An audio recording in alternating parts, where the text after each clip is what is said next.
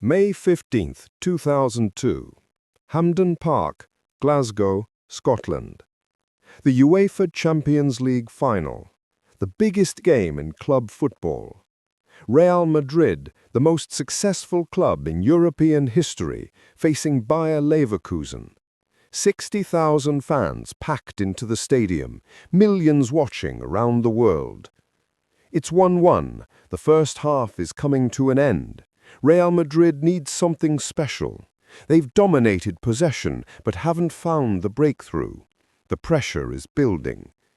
45th minute. Roberto Carlos, the Brazilian left-back, receives the ball on the left wing. He looks up. He sees a cross. He whips it in toward the penalty area. The ball hangs in the air, floating, spinning. It seems to hang there forever. And then, at the edge of the box, a white shirt, number 5, watching, waiting, calculating.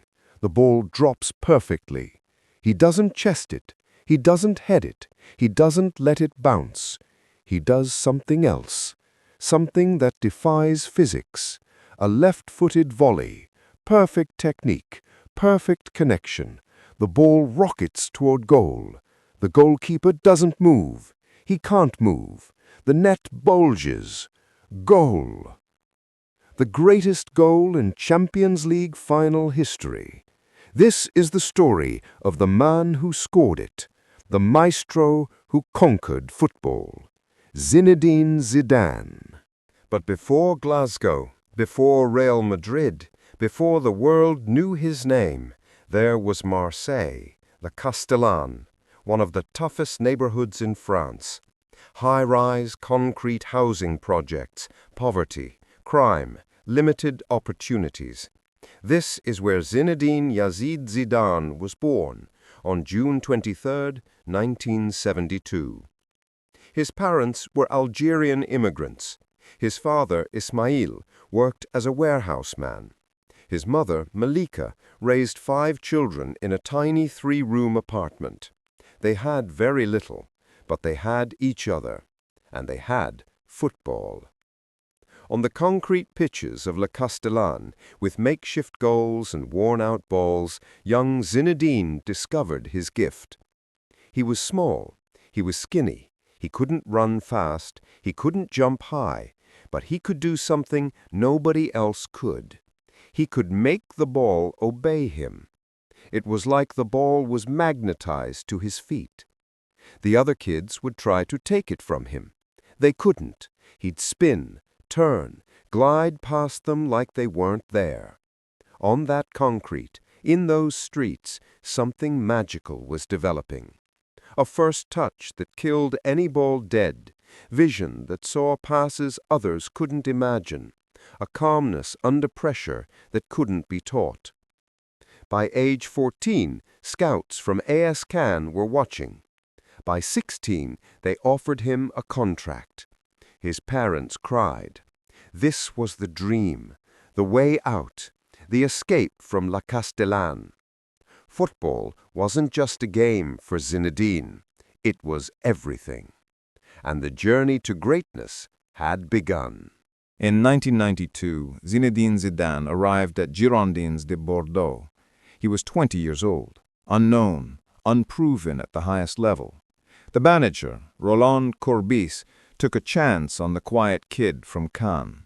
He was given the number 10, the playmaker, the creative hub.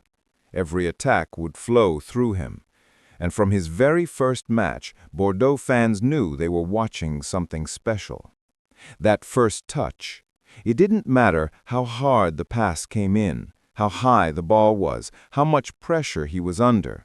The ball would arrive at his feet and just stop, dead, completely under control, like it was glued there. Opponents couldn't believe it. Fans had never seen anything like it. Coaches would make their teams watch video of his technique. How does he do it? The perfect body position, the relaxed ankle, the eyes always on the ball. It wasn't magic, it was mastery.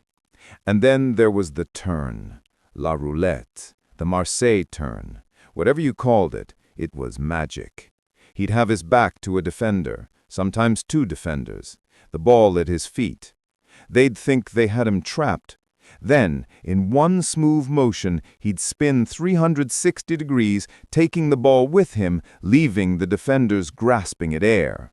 It became his signature, his trademark, unstoppable.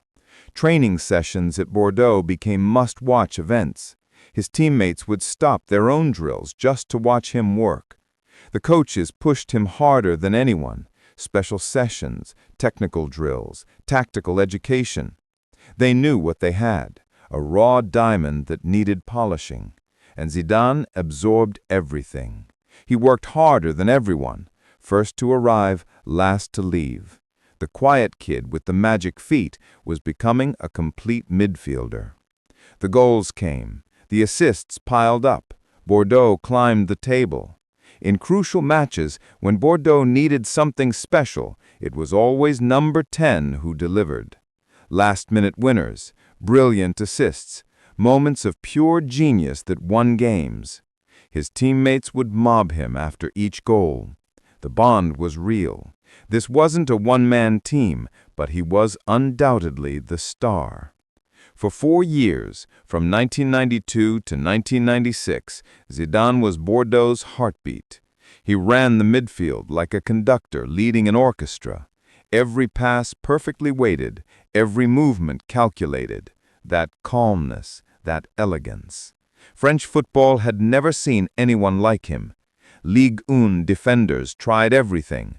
Rough tackles, tight marking, double teams. Nothing worked. He glided past them all. And Europe was watching. Scouts from Juventus, AC Milan, Real Madrid, Barcelona, they all came to Bordeaux. They sat in the stands with their notebooks. They watched every match, and they all wrote the same thing. We need to sign this player. The club wanted to keep him. They offered him a new contract, better terms, more money. But everyone knew it was only delaying the inevitable. Zidane had outgrown Bordeaux. In 1996, Juventus made their move. The old lady of Turin, the biggest club in Italy. They offered Bordeaux £3 million. It was a club record sale. The fans were devastated, but proud. Their boy was going to Serie A, the hardest league in the world. The maestro from Marseille, refined in Bordeaux, was heading to Italy. And Italian football would never be the same. 1996. Juventus, the old lady of Turin, the most successful club in Italian history. They just signed the quiet Frenchman from Bordeaux for £3 million. Nobody in Italy really knew who he was. They were about to find out. When Zinedine Zidane arrived at Juventus's Vinovo Training Center, the greatest players in the world were there to welcome him. Alessandro Del Piero, Gianluca Vialli, Angelo Peruzzi, Didier Deschamps. These weren't just teammates, they were legends, and they immediately saw his quality.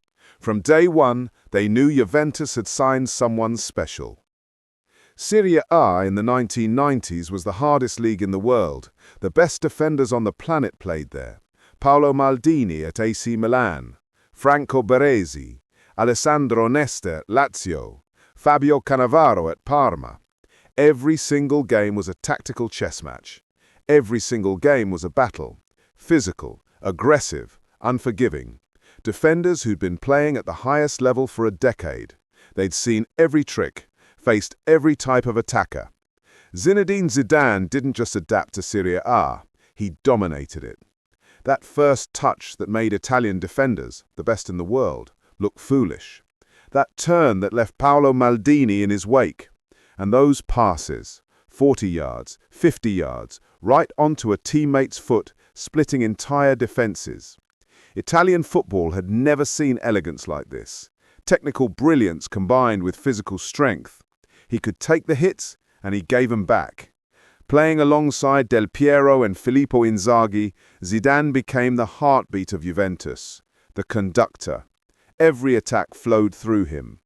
1996-97 season, Serie A champions, the Scudetto, his first major trophy at Juventus. The celebrations were incredible. Champagne, confetti, the entire city of Turin celebrating in black and white. He'd conquered Italian football in his first season. But there was heartbreak too. 1997, Champions League final, Juventus versus Borussia Dortmund in Munich. Juventus lost 3-1. Zidane was devastated, on his knees on the pitch. The pain was unbearable. The one trophy that mattered most had slipped away. 1998 season, Juventus won Serie A again, back-to-back Scudetti. Zidane was named Serie A Foreign Player of the Year, again. He was in the Team of the Year for the second time. He was reaching new levels, working with legendary coach Marcello Lippi, learning tactical discipline, Italian defensive awareness, combined with his French flair.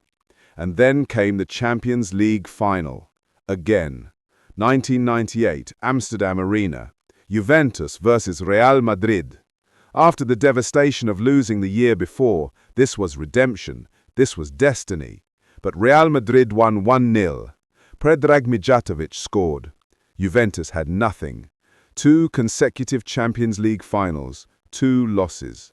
Zidane sat on the pitch again, head in hands. So close, but not close enough. Still, 1998 was magical for another reason. While at Juventus, Zidane delivered France their first ever World Cup. 2 headers against Brazil in the final. The entire world watched him become a national hero. And after that performance, in December 1998, he won the Ballon d'Or, the award for the world's best player. A formal ceremony in Paris, tuxedo, trophy, tears. The kid from the concrete pitches of Marseille was officially the best footballer on the planet. 5 years at Juventus, from 1996 to 2001. 151 appearances, 24 goals, 2 Serie A titles, 2 Champions League finals, both lost. But he'd proven himself in the hardest league in the world. He'd learned from the best coaches, played with the best teammates, faced the best defenders, and dominated. By 2001, he'd achieved almost everything at Juventus. Almost. That Champions League trophy still eluded him. And then, Real Madrid came calling, the biggest club in the world. They offered Juventus 75 million euros, a world record transfer fee, the most expensive player in football history. The day he said goodbye to Juventus was emotional. His teammates, the men he'd fought alongside for 5 years, couldn't hold back tears. Group hugs, promises to stay in touch, a banner that read, Grazie, thank you. Del Piero hugged in the longest. They'd formed a special partnership, special friendship. But everyone understood. Zidane had outgrown Serie A. He needed a new challenge. The Galáctico era was calling. Real Madrid, the biggest stage, the ultimate test. And Zinedine Zidane was ready. While dominating at Juventus, Zinedine Zidane had another mission. France. Les Bleus. His country had never won the World Cup, never even reached a final. But in 1998, France was hosting the tournament. The pressure on the team was immense. An entire nation watching, waiting, hoping. This was France's moment, and Zidane knew it. The France squad arrived at the tournament with quiet confidence. Manager Aimé Jacquet had built a team of champions. Laurent Blanc, Lilian Thuram, Marcel Desailly, Didier Deschamps, Emmanuel Petit, Thierry Henry, and Zinedine Zidane, the maestro pulling the strings in midfield. At 26 years old, he was entering his prime, the best player in France, and he knew he had to deliver. Training at Clairefontaine, the French National Training Center, was intense. Jacquet demanded tactical discipline, defensive organization, counter-attacking precision, and technical brilliance from Zidane. Every training session, every tactical meeting, every moment was building towards something special. The team could feel it. France was ready. The tournament started well. France won their group, beating South Africa 3-0, Saudi Arabia 4-0, and Denmark 2-1. Zidane was controlling games, dictating tempo, creating chances. But the knockout rounds would be different. Real pressure, real stakes. In the round of 16, France beat Paraguay 1-0 with a golden goal in extra time. Then came the quarter-final. Italy. 0-0 after 120 minutes. Penalty shootout. The pressure was unbearable. Zidane stepped up to take a crucial penalty. The entire nation holding its breath. 80,000 people at Stade de France, silent. He placed the ball, stepped back, breathed, and scored. France won the shootout. They were through to the semi-finals, one step away from history. July 8, 1998, semi-final. France versus Croatia at Stade de France.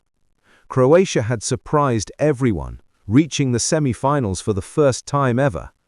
But France had Lilian Thuram, who had never scored for France. That night, he scored twice.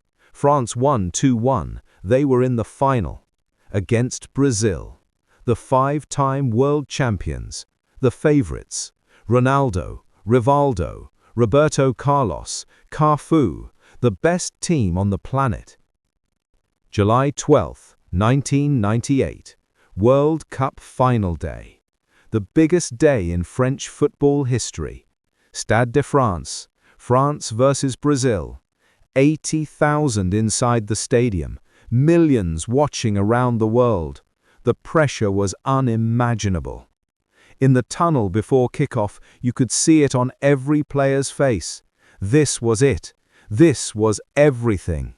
The French players held hands with child mascots. They sang the national anthem with tears in their eyes. This was their moment. The match started cautiously, both teams nervous.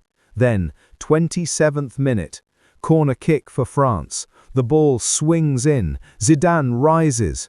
Header, back of the net, 1-0, France leads. The stadium explodes, but there's still an hour to play. France defends, they counter, they fight. Then, 73rd minute, another corner. Again the ball comes in, again Zidane rises. Another header, another goal, 2-0. It's over. Brazil has no answer. Emmanuel Petit scores a third in injury time. France wins 3-0. Zinedine Zidane, 2 headers, 2 goals, delivered France their first ever World Cup. The quiet kid from La Castellane became a national hero. Captain Didier Deschamps lifted the trophy.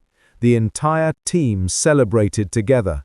Coaches, players, staff, everyone, they'd done it. France was world champion. The next day, July 13, 1998, over 1 million people lined the Champs-Élysées for the victory parade. The team rode on an open-top bus down the most famous avenue in the world. French flags everywhere, confetti falling like snow, the entire nation celebrating together. It was the largest gathering in French history. France was united, and Zidane was their hero. When he returned to Juventus in late July, everything had changed. He wasn't just a great player anymore. He was a World Cup champion, the world's best. His Juventus teammates welcomed him like royalty, and in December 1998, he won the Ballon d'Or, the award for the world's best footballer. The kid from the concrete pitches of Marseille was officially the best footballer on the planet. But his story was far from over. Real Madrid was watching, and they wanted him.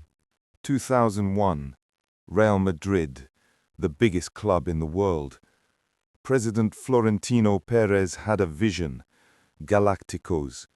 Sign the best player in the world every summer. Build a team of superstars. And after leading France to World Cup glory and winning the Ballon d'Or, Zinedine Zidane was the player everyone wanted. July 9, 2001, Santiago Bernabeu. Real Madrid paid Juventus 75 million euros for Zinedine Zidane, a world record transfer fee, the most expensive footballer in history, again. The presentation was massive. 25,000 fans showed up just to see him hold up the white shirt, number 5. This wasn't just a signing, this was a statement. Real Madrid were building something special. His first training session at Valdebebas, he met them, the Galácticos, Luis Figo, Raúl, Roberto Carlos, Fernando Hierro, the legends, and they welcomed him, not as competition, but as family. This was the Galáctico philosophy. The best players in the world, playing together, winning together. No egos, just excellence. But then came the first test, El Clásico. Real Madrid versus Barcelona, the biggest rivalry in football. At Camp Nou, 100,000 hostile fans, and Zidane didn't freeze. He glided. He dominated. He showed Barcelona and the world that he belonged at Real Madrid. That first goal in the white shirt at the Bernabeu, the standing ovation, the white handkerchiefs waving, the Madridistas knew they had a special player. The Champions League returned. Europe, Real Madrid's competition. They'd won it 7 times before, but not since 1998. Zidane brought European pedigree, experience, class, and game after game he delivered. The passes, the vision, the control. He made the Galáctico project work. The Santiago Bernabéu, football's cathedral. 80,000 fans chanting Hala Madrid, the white handkerchiefs waving in unison. The history, the mystique. Playing at the Bernabéu wasn't just football, it was religion. And Zidane understood that. He respected it. He embraced it. Behind the scenes, the training was relentless, perfecting free kicks, tactical discipline, physical conditioning. Real Madrid demanded excellence, and Zidane gave it every single day. The coaches pushed him, his teammates inspired him, and he kept getting better. The 2001-2002 season became a battle. La Liga was tight. Barcelona, Deportivo, Valencia. Everyone wanted to beat Real Madrid. Every match was a war. Every point mattered. Zidane carried the team through tough games, showing leadership, maturity, and class. But the Champions League was the real prize. The competition Real Madrid was born to win. The Champions League final, 2002, Hampden Park, Glasgow, Real Madrid versus Bayer Leverkusen. This was Zidane's moment. The stage was set. The world was watching. And in the 45th minute, Roberto Carlos crossed from the left. The ball hung in the air. Zidane was 18 yards out, and he struck it. A volley, left foot, perfectly. The ball flew into the top corner. Impossible technique, impossible moment. Goal. Real Madrid won 2-1. Zinedine Zidane scored the winning goal in the Champions League final with a volley that defied physics. That goal, that moment, that volley, it made him immortal. It confirmed what everyone already knew. Zinedine Zidane wasn't just a great player, he was a legend. One of the greatest to ever play the game. And this is where our story began. With that volley, that goal, that moment, the moment that changed everything.